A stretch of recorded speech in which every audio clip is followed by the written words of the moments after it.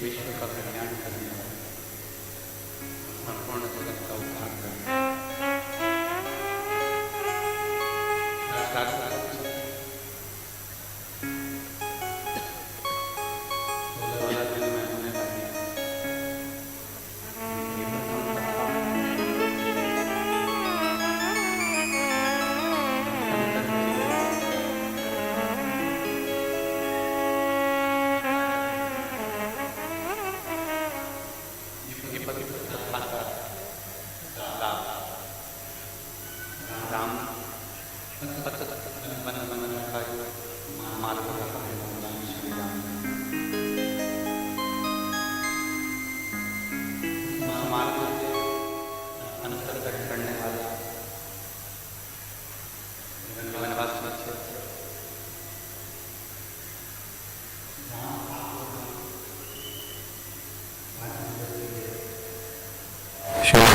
की कथा का लाभ ले रहे हैं।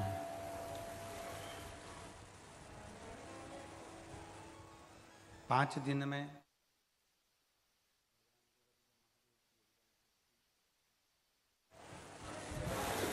उनका विश्वास, उनकी दृढ़ता, उनका भरोसा और शिव को कैसे प्राप्त किया जा सके, भगवान शंकर को कैसे अपना बनाया जा सके, आप और हम सब मिलकर इस कथा के माध्यम से श्रवण करेंगे। कथा के मुख्य यजमान के रूप में तो भगवान देवाधिदेव महादेव है, आद्य शक्ति माँ दुर्गा भवानी जो इस क्षेत्र की अन्नदाता है, माँ जगत जननी जगदम्बा दुर्गा भवानी और उन्हीं के आशीर्वाद से श्री दिनेश चंद्र प्रभा देवांगन, श्री दीपक लाखोटिया जी, श्री कोमल तुलसी जी पटेल जी, श्री रोहित मरकाम जी, श्री सुरेश सिन्हा जी इस पवित्र कथा के यजमान पद ग्रहण करे हैं। एक बार इन लोगों के लिए जोरदार ताली बजाकर स्वागत, वंदन, अभिनंदन, जो इस पवित्र कथा का लाभ ले रहे हैं और अपने जीवन को सार्थक बना रहे हैं। और तेरी कृपा बिना न हिले एक भी अणु, लेते हैं श्वास तेरी कृपा से तनु तनु, बखान क्या करूं मैं राखों के ढेर का, चपटी भभूत में खजाना कुबेर का, हे गंगाधार मुक्ति द्वार ओंकार तू, भोले ओंकार तू, आयो शरण तिहार शंभु तार तार तू। ये जीवन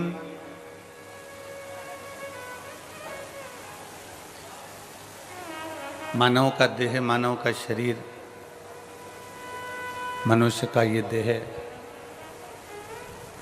जो प्राप्त हुआ है, ये कहीं ना कहीं भगवान की अविरल भक्ति को प्राप्त करने के लिए हुआ।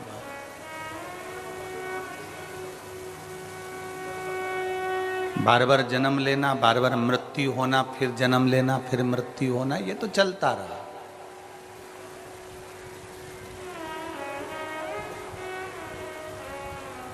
बार बार जन्म और मृत्यु,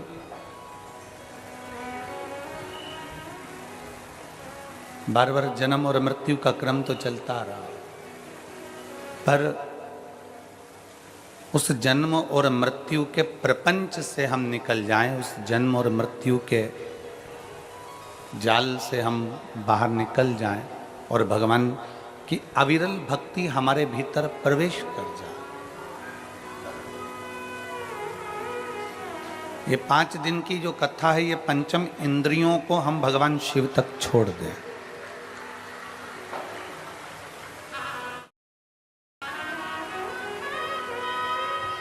ये 5 दिन की कथा में हम भगवान शंकर की विरल भक्ति को प्राप्त कर लें। ये 5 दिन की कथा में हम भगवान शंकर की अविरल भक्ति को अपने भीतर उतार लें। वो प्रयास हम करें।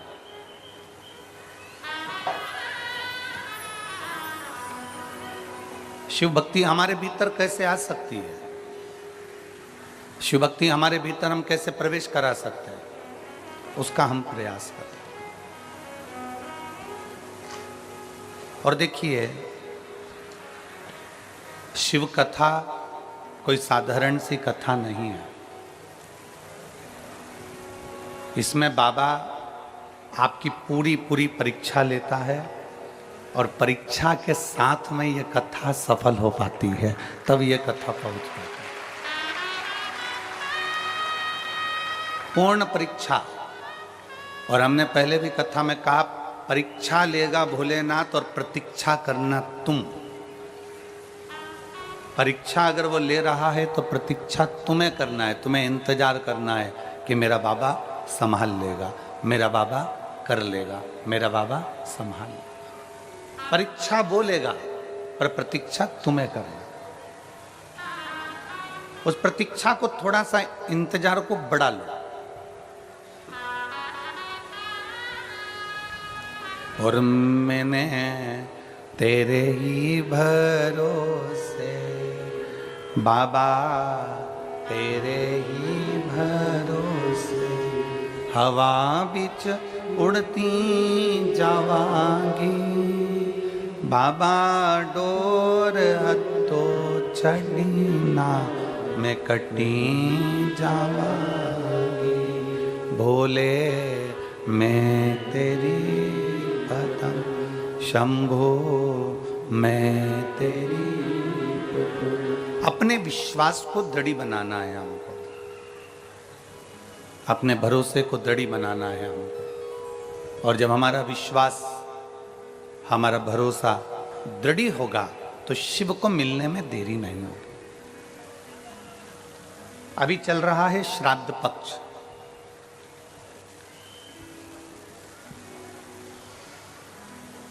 श्राद्ध का मतलब है श्रद्धा।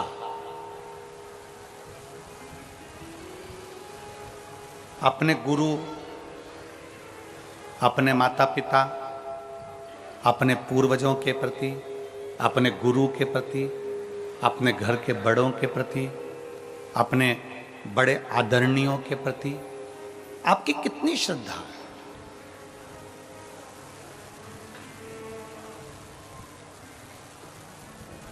दुनिया के लोग कहते हैं कि अगर हम पितरों का स्मरण ना करें तो हमारे पितर रुष्ट हो जाते हैं। शिव महापुराण की कथा कहती है, कोई ने कहा कि नाखून मत काटना, पितर रुष्ट हो जाएंगे। कोई ने कहा महिलाएं ज्यादा श्रृंगार मत करना, पितर रुष्ट हो जाएंगे। कोई ने कह दिया नया साड़ी मत लेना, नया वस्त्र मत लेना, पितर रुष्ट हो जाएंगे। पहले आप और हम समझें कि पितृपक्ष का मतलब क्या होता है। आस्था चैनल के माध्यम से जितने मेरे श्रोता भाई बहन इस वनवासी क्षेत्र से, छत्तीसगढ़ की इस परम भूमि से, धमतरी जिले से, राम पतवन गमन की इस भूमि से अगर आप कथा का रसपान करने के लिए बैठे हो और आस्था चैनल के माध्यम से सुन रहे हो, चाहे इस छोटे से गांव में, बहुत छोटा सा गांव, बहुत छोटा सा, शायद धमतरी जिले के लोगों को भी आश्चर्य हो रहा होगा कि इस छोटे से गांव में कथा कैसे हो गई। ये सोचने वाला विषय। पूरे धमतरी जिला वालों को, पूरे रायपुर जिला वालों को, पूरे दुर्ग वालों को, पूरे भिलाई वालों को और पूरे क्षेत्र वालों को ये सोचने में आ रहा होगा कि इतने छोटे से क्षेत्र में गुरुजी ने कथा दे कैसे दी। इतने छोटे से क्षेत्र में उसका केवल एक कारण था कि श्राद्ध पक्ष में दुनिया के लोग बाहर जाकर कथा सुन लेते हैं, पर यह वनवासी क्षेत्र ऐसा क्षेत्र है जिसमें लोगों के पास इतना धन भी नहीं रह पाता कि वो दूसरी जाके कथा श्रवण करें, इसलिए उनके लिए शिव पुराण यहां।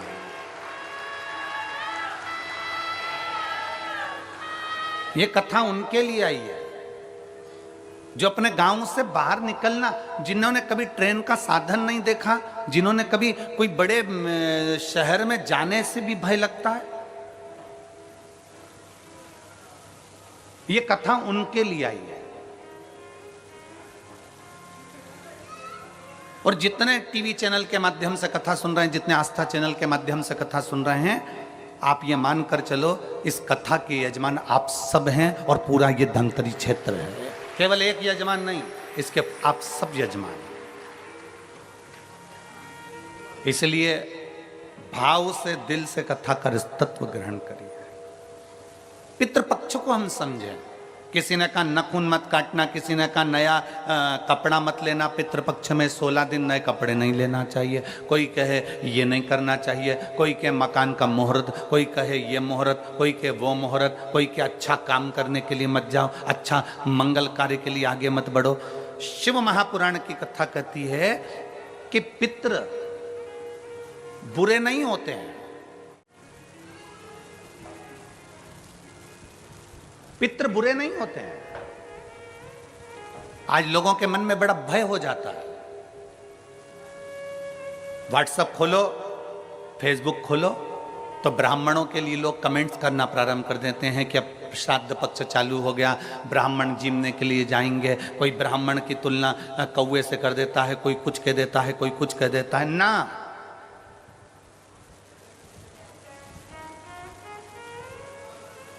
गायत्री करने वाला ब्राह्मण, वेद पाठ करने वाला ब्राह्मण, संध्या करने वाला ब्राह्मण की तुलना किसी साधारण से नहीं होती, उसकी तुलना तो स्वयं नारायण और ब्रह्मा से होती है, स्वयं नारायण और ब्रह्मा से होती है।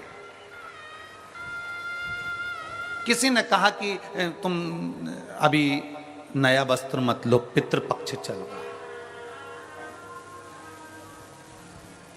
नया काम मत चालू करो, पितृपक्ष चल रहा है। श्राद्ध का मतलब क्या है? श्राद्ध का मतलब है आपकी पूर्ण श्रद्धा, आपका पूर्ण विश्वास, आपका पूर्ण भरोसा। पूर्ण श्रद्धा, पूर्ण विश्वास, पूर्ण भरोसा। आप इतने सारी मात्रा में आए हो, लाखों की संख्या में, हजारों की संख्या में यहां पर पहुंचे हो। आप लोगों की श्रद्धा है तभी तो आप यहां पहुंचे हो। अगर श्रद्धा नहीं होती तो कोई अपना घर छोड़कर यहां इस वीराने में, इस जंगल में आकर बैठता?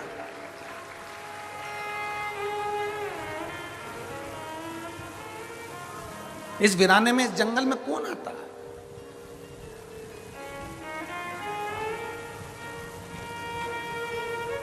जब हम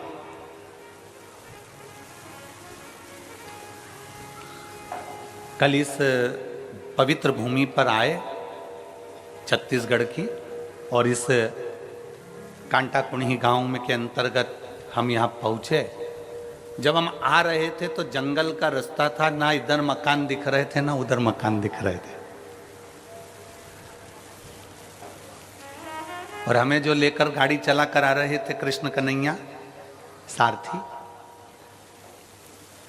हम उनसे पूछ रहे थे कि गांव है कि नहीं है। हम उनसे बात करते करते आ रहे थे तो हमारे कृष्ण से रथ चलाने वाले से हमने पूछा, हमारे सारथी से हमने पूछा कि गांव है कि नहीं है। कहा गुरुजी है।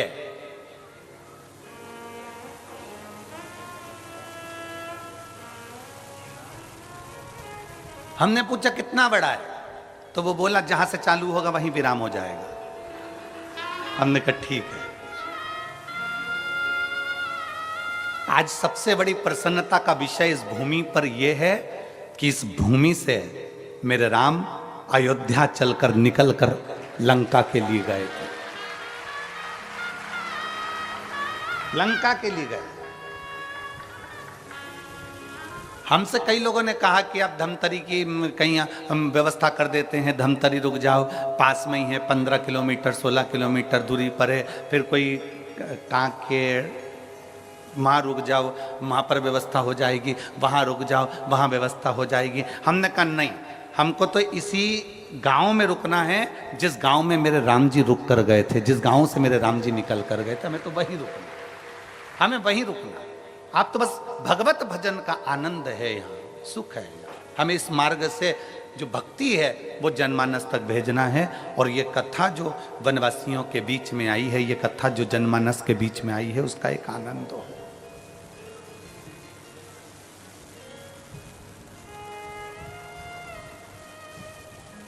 दोनों ओर कहीं मकान नहीं दिखे, चलते चलते चलते चलते जब जहाँ रुके थे, शायद सरपंच जी का घर है, शायद किनका घर है, जहाँ हम रुके हैं, तो वहाँ रुके। और रुकने के बाद में फिर स्मरण में आया तो हमने फिर उनसे पूछा, सारथी से, कृष्ण कन्हैया से, क्यों पूरा क्षेत्र जंगल का है,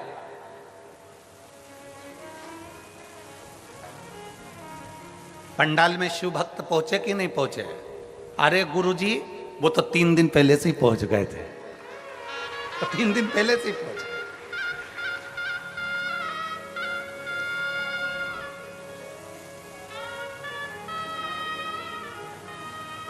हमने कहा इतना जंगल क्षेत्र है, जीव जानवर, कहने गुरुजी 50-50 हिरण दौड़ते हुए आते हैं और पानी पीकर इसी क्षेत्र में वापस चले जाते हैं। इतना सुंदर क्षेत्र, इतना सुंदर। और हम कहें संपूर्ण आस्था चैनल पर कथा श्रवण करने वालों से और संपूर्ण छत्तीसगढ़ के इस पवित्र धरा के सभी श्रोता भाई बहनों से कि भगवान राम जिस भूमि के पास में से निकल कर गए हों, वो भूमि साधारण नहीं हो सकती, उसकी शिव तपोस्थली हो सकती। शिव तपोस्थली, जिस भूमि पर स्वयं शंकर बैठे हों, महानदी के तट पर मां आदिशक्ति दुर्गा भवानी बैठी हो,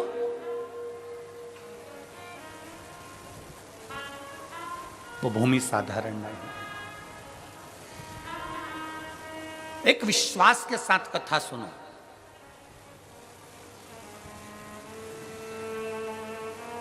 जिस नदी को छत्तीसगढ़ की गंगा कहा जाता है, उस पवित्र नदी के तट पर आप और हम कथा सुन रहे हैं।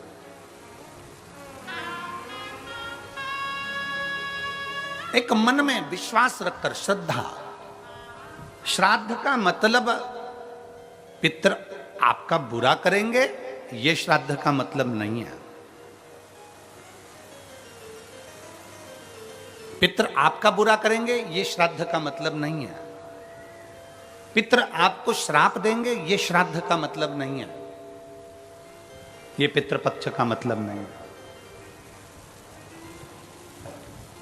नया कपड़ा मत लो, ये मत करो, वो मत करो, मुहूर्त मत करो, नए मकान की बात मत करो, संबंध की बात मत करो, शादी की बात मत करो, पितृपक्ष चल रहा है, श्राद्ध चल रहा है। लोगों ने भय पैदा कर दिया पितृपक्ष का, श्राद्ध पक्ष का। पर यदि कूर्म पुराण को पढ़ा जाए, यदि देवी भागवत को पढ़ा जाए, यदि लिंग पुराण को पढ़ा जाए, यदि शिव महापुराण को पढ़ा जाए, तो हमारा शास्त्र कहता है कि पितृपक्ष से सुंदर कोई पक्ष नहीं हो सकता, जिसमें पितरों का भी आशीर्वाद देवताओं के साथ मिलता है। जिसमें देवता का तो आशीर्वाद मिलता ही है, पर देवताओं के साथ में पितरों का भी आशीर्वाद हमको प्राप्त होता है। पितरों का भी आशीर्वाद,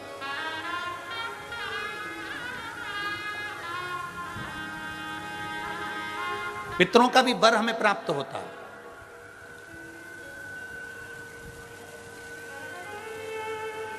पितरों का भी आशीर्वाद हमें प्राप्त होता है। तो कौन कह दे कि ये पितृपक्ष बेकार होता है, ये श्राद्ध पक्ष बेकार होता है? श्राद्ध पक्ष में ये मत करो, श्राद्ध पक्ष में वो मत करो, पितृपक्ष में ये ना ना ना। शिव महापुराण की कथा कहती है पितृपक्ष वो पक्ष है कि बाकी के समय में, बाकी के पक्षों में तो केवल देवता का आशीर्वाद मिलता है, पर श्राद्ध पक्ष में देवताओं के साथ में पितरों का भी आशीर्वाद प्राप्त होता है, हमारे पूर्वजों का आशीर्वाद प्राप्त होता है।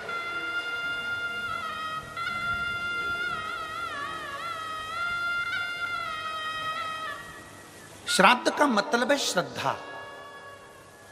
आपकी श्रद्धा कितनी है? कितने लोग हैं यहां पर जो बैठे हैं जो शंकर जी के मंदिर में एक लोटा जल चढ़ाते? जरा हाथ उठाओ।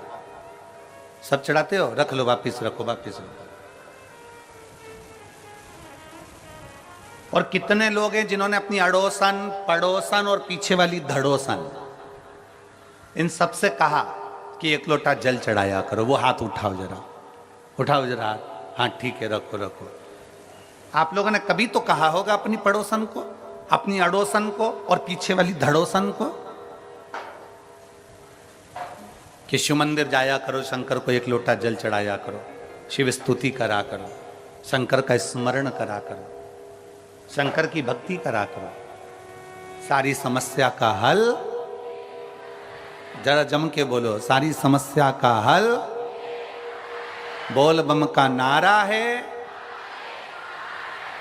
आपने अपनी पड़ोसन से कहा होगा मंदिर जाया करो, इससे कहा मंदिर जाया करो, पीछे वाली से कहा मंदिर जाया करो। क्यों? किस लिए? तुम्हारी पड़ोसन के मंदिर जाने से सीहोर वाले महाराज का कोई फल है क्या?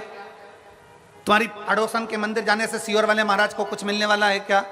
तुम्हारे मंदिर जाने से या तुम्हारी पड़ोसन के मंदिर जाने से या पीछे वाली धड़ोसन के मंदिर जाने से सीहोर वाले महाराज को कुछ मिलेगा क्या? तुम्हारी पड़ोसन के मंदिर जाने से किसी को कुछ नहीं मिलेगा, पर तुम्हारी पड़ोसन के मंदिर जाने से तुम्हें जरूर प्राप्त होगा। क्या? वो मार्ग बताने से परमात्मा का दरवाजा प्राप्त हो जाता है, मंजिल प्राप्त हो जाता है। एक कथा आती है एक बड़ी सुंदर सा कि एक वकील साहब थे।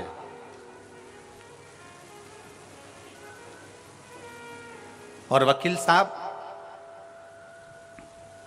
एक कथा आती है, एक वकील साहब थे और वकील साहब अदालत जाते और अपना केस लड़ते।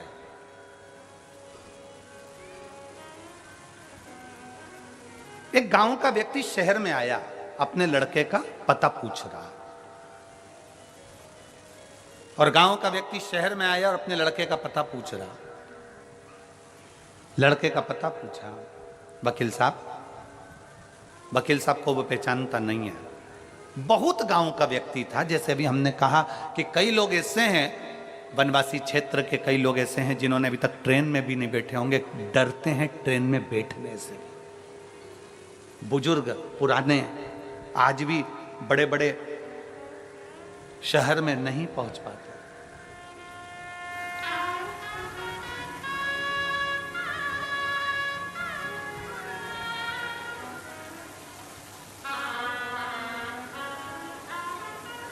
गांव का व्यक्ति था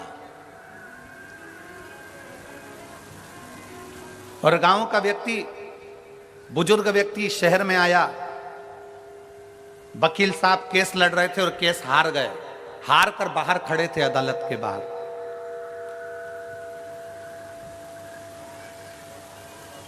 और अदालत के बाहर वकील साहब खड़े हुए थे और इतने में वो गांव का व्यक्ति आया और उस गांव के व्यक्ति ने वकील साहब से पूछा, एक काले कोट वाले भैया, एक काले कोट वाले भैया, मेरा बेटा इस शहर में रहता है, उसका ये एड्रेस है, आप मुझे बता देंगे कहां रहता है?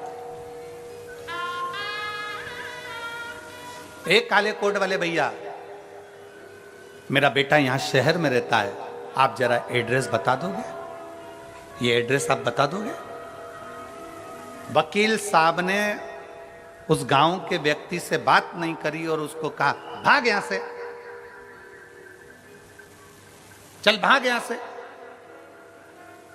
वकील साहब ने जैसे ही हाथ का इशारा करा और कहे भाग यहां से, जैसे ही भगाया, बेचारा गांव का व्यक्ति रोकता हुआ विचार करता है कि वकील साहब ने, काले कोट वाले भैया ने कहा है कि तुम्हारा बेटा इधर रहता होगा, चल जाए यहां से। हाथ का इशारा करा। गांव का व्यक्ति, बेचारा साधारण सा व्यक्ति, हाथ का जहां वकील ने इशारा करा था वहीं चल दिया। चलते चलते चलते चलते आगे चलकर कहीं पर शिव महापुराण की कथा हो रही थी और वो गांव का व्यक्ति अपने बेटे को ढूंढते ढूंढते उसी शिव पुराण की कथा में बैठ गया। अपने बेटे के घर नहीं जा पाया, अपने बेटे के घर नहीं गया, शिव महापुराण की कथा में जाकर बैठ गया। कथा पूरी हुई, हाथ में प्रसाद का दोना लिया, चल दिया। खाते खाते जा रहा था, सामने से स्कूटर से बेटा आ रहा था। बेटे ने अपने बाप को देखा, पिता को देखा, पिताजी तुम यहां कैसे आ गए शहर में? Domino's cheese volcano. Yeah, cheese का tease. बेटा मैं तेरा एड्रेस लेकर आया था, वो काले कोट वाले भैया से पूछा था, उसने मुझे यहां भेजा। पिताजी पर मेरा घर तो इधर नहीं, दूसरी जगह है। मैं तो यहां आ गया, कथा सुनी और ये तू मुझे मिल गया, अब मुझे कुछ नहीं चाहिए। बेटे ने अपने बाप को गाड़ी पर बिठाया, स्कूटर पर बिठाकर अपने घर लेकर गया। घर लेकर गया, 4 महीने बीते और वकील साहब का एक्सीडेंट हो गया और एक्सीडेंट होते से ही वकील साहब सीताराम हो गए। वकील साहब मरे।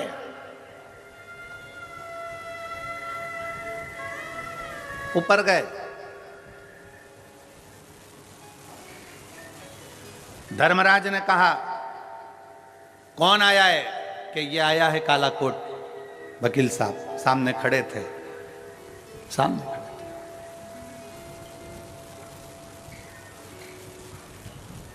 धर्मराज ने चित्रगुप्त महाराज से कहा इनके पाप पुण्य गिनो। पाप पुण्य गिनना प्रारंभ करा और जब पाप पुण्य गिनना प्रारंभ करा तो मालूम पड़ा कि इन्होंने तो झूठ बहुत बोला, छल बहुत करा, ये करा वो करा। महाराज इसने पुण्य नहीं करा, कोई पुण्य नहीं करा, नरक भेज दिया जाए इनको। अदालत में भी जाते थे तो क्लेश करते थे। एक वो वकील होता है जो अदालत में भी जाता है तो भगवान को प्रणाम कर कर जाता है और बड़े प्रेम से सबसे बात करता है, पर ये वहां पर भी क्लेश करता था। भेज दो इसको। इतने में तुरंत धर्मराज निर्णय दे रहे थे और इतने में वहां से नंदी निकल कर जा रहे थे। नंदी ने कहा इस वकील ने कुछ करा हो चाहे ना करा हो, पर एक गांव के व्यक्ति को शिव पुराण का रास्ता बता दिया था। एक गांव के व्यक्ति को शिव पुराण का रास्ता बता दिया था। इतने में धर्मराज ने कहा रास्ता नहीं बताया था, उस व्यक्ति ने एड्रेस पूछा था और इसने भगाया था। नंदी ने कहा भले भगाया, पर हाथ का इशारा तो शिव पुराण की ओर ही था। हाथ का इशारा तो शिव पुराण की ओर था। तो बताओ नंदी क्या करना है? धर्मराज से पूछा तुम बताओ कि मंदिर का रास्ता, शिवालय का रास्ता, शिव पुराण का रास्ता बताने वाले का क्या फल होता है? तो इतने में धर्मराज ने कहा उसको भी बैकुंठ का रास्ता बता दिया जाता है, इसलिए इसको भी बैकुंठ का रास्ता बता दो, इसको भी बैकुंठ का रास्ता बता दो। वकील की आंख से आंसू बहने लगा कि मैंने जिंदगी में कोई अच्छा कर्म नहीं करा, पर एक कर्म, और वो भी मैंने अनायास करा। मैंने एक कर्म करा और वो भी अनायास करा, अनायास।